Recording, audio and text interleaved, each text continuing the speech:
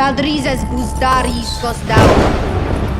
wasn't gonna make another video on the Jon Snow sequel show until we got some more confirmation, right? So for those of you who are unaware, James Hibberd was literally the mouthpiece of HBO for anything Game of Thrones for like, since I started making videos on YouTube way back in 2016, and this dude James Hibberd has always had the breaking scoop.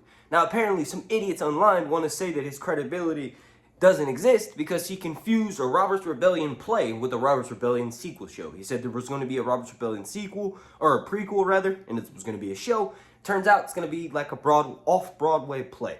So because of that, people are saying he's not credible at all. Besides the point, we honestly haven't had any other HBO sources come out and say, yeah, this idea is floating around. Usually someone like Casey Bloys, the programming director of HBO will come on and be like, yes, this is a potential sequel series that is being thrown into the mix, or the world of Ice and Fire. So for this video, I just want to give you guys 3 quick reasons why I think this show will be successful, and also address some of the hate that's been going around. Please do me a massive favor, slap a like on this video, and a special thank you to every single member of my Patreon family over on patreon.com/SirHuntReviews. Thank you for watching.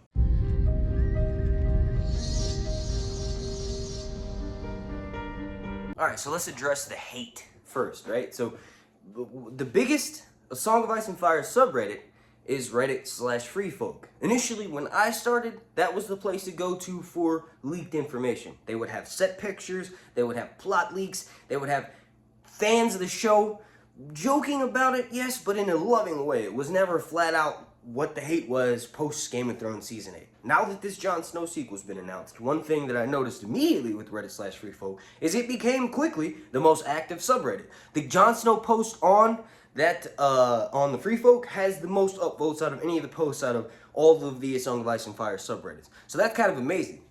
Regardless of what you didn't like about Game of Thrones Season 8, most people could agree on the fact that they wanted more. There should have been more than 6 episodes in the final season. There should have been more than 7 episodes in the 7th season. Now, we're getting more. That's one reason that I think this show is going to work, is because even if you didn't like the end of Game of Thrones Season 8, more of Game of Thrones, more of this Jon Snow shows means a chance to, and this is one of the first reasons why I think it's going to be successful, to include more stuff from the books. If you've never read these Song of Ice and Fire books, past Game of Thrones Season 5, they pretty much just went their own way.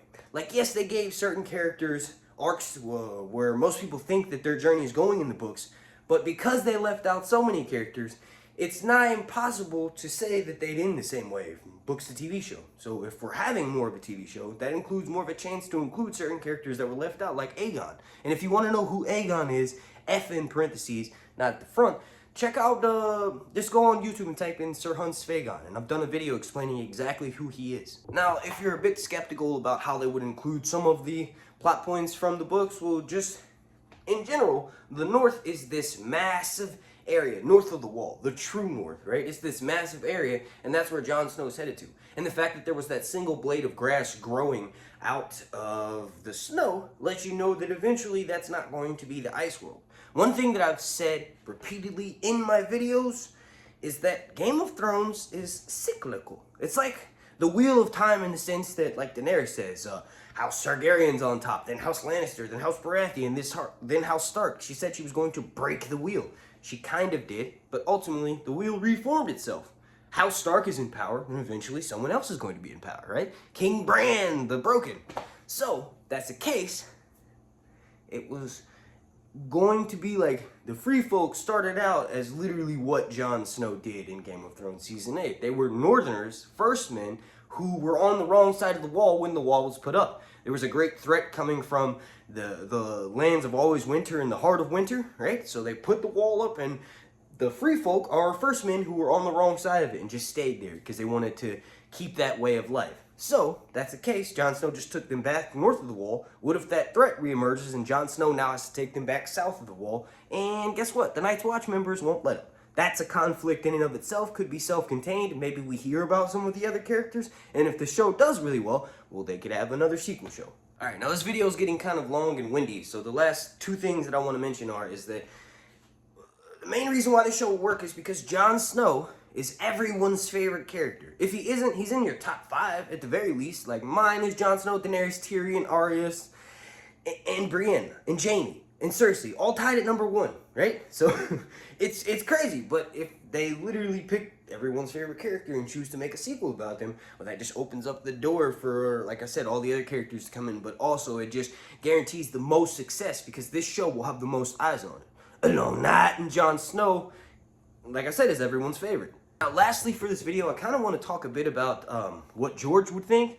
Like, there's 2 reactions. One is that people are saying that George won't be involved with this at all. And then 2, or the other one is that, this is kind of what I think, is that George probably wrote a bunch of Winds of Winds chapter, and there is some information in there that could be used for this new show. Like, people would be angry at first, but if George was heavily involved with writing some of these sequels, they could literally adapt the rest of the material from the books into a show.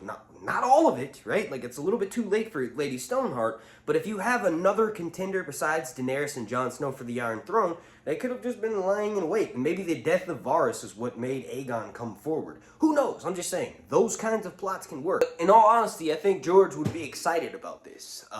It allows his books to have way more relevance because the main series is still on, and also, he seems like he's a fan of having his work adapted. Like, he wants it to be adapted properly, but ultimately he wants to see his characters that he created in his head alive and on screen, just like us. I want to thank you all so much for watching. The like goal for this video is going to be 42069.